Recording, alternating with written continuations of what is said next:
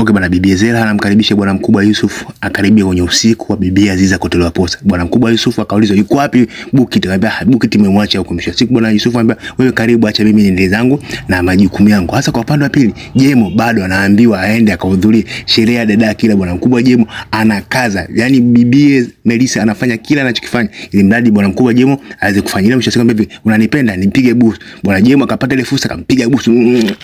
Kaambia umeona ulivyojisikia? Ambia ndio nimejisikia furaha na mwenye shauku. Sasa ndio hivyo ilivyo kwangu mimi na kwa dadako. Tafadhali nakuomba uende kujumuika na dadako, nakuomba sana. Mshasema vipi kuhusu ndugu zangu, umeziona nizo? Ambia ndio nimeziona. Sasa kwa upande wa pili bwana Erican anaeletewa wake zake wote wawili na bwana mkubwa Hashim aliyemchoma Imran. Vipi sasa, umetuona sasa tuko mshenzi mkubwa wewe, una haya umetuambia unaendanga alivyokuwa mshenzi, yani unatuambia sisi tumeenda sehemu moja. Sasa mwisho siku bwana Hashim ndikamili, sasa nyinyi wanawake wawili mnabidi mtembezie virungu toa. Wakatoa virungu sasa kumtembezea kichapo bwana mkubwa. Erican piga jamani, wewe mnaniua yaani, piga wewe dada, piga ili mshenzi mnaniua bwana mkubwa.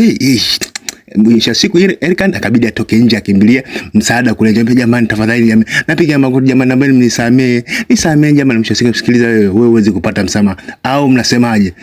Mwisho siku wale wa mama wawili Erican pamoja na bibi Semen wakamkatalia kabisa na kumwacha pale bwana mkubwa. Sikiliza wewe, uweze kuondoka na sisi, baki hapo.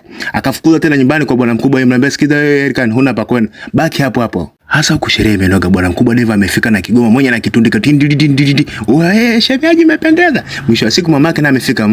Naona sasa sherehe imenoga. Ambia mama tafadhali nakuomba usifanye chochote. Ambia usiogope. Usimwogope mkeo, sitafanya chochote. Mwisho wa siku mamake na Deva kalekea yake ndani, na mwisho wa siku bwana mkubwa Deva akamkabidhi Misuti ngoma na Misuti akamkabidhi maua ili alekee zake ndani. Mwisho wa siku bibie Aziza akakaribisha ndani, jamani karibuni. Najua mjaja kwa ubaya wa bibia. Basi kama mjaja kwa ubaya karibuni. Mwisho wa siku bwana mkubwa akamkabidhi bibie maua. Hasa mwisho wa siku mamaka Deva mbele, wewe mama uzunguka anafanya nini? Ila bwana mkubwa Deva nikabidi tu asalimie wale wazazi wote pale. Hasa wakati wa kupata kukaribishana, huyu mamake na Deva akaanza kutoa maneno ya shombo, ila bibi mtu akaanza kumchamba kweli kweli. Bibi yake na Aziza akaanza kumchamba kweli kweli, anambia tafadhali jamani, ndio tukapate angalau hata kikombe cha kahawa tuweze kuimarisha miili yetu. Mwisho wa siku bwana mkubwa mjomba akakaribisha ndani. Yusuf naye akamwambia Deva, mamako nimkaambia ndivyo alivyo, akiamua lake mpaka listimie. Huko nako bibi yake Aziza akamwambia tafadhali nakuomba usiruhusu mamake na Deva na kufanyia lolote kukosesha amani. Mwisho wa siku sasa dada mtu hana furaha sababu mdogo wake Jemo hayupo. Jemo mwenyewe yuko huko na bibi Melissa na zurura tu mitani. Sasa mjomba kabidi ampige simu, tafadhali Jemo nakuomba uje, leo ni siku ya muhimu sana, dada yako anakuhitaji.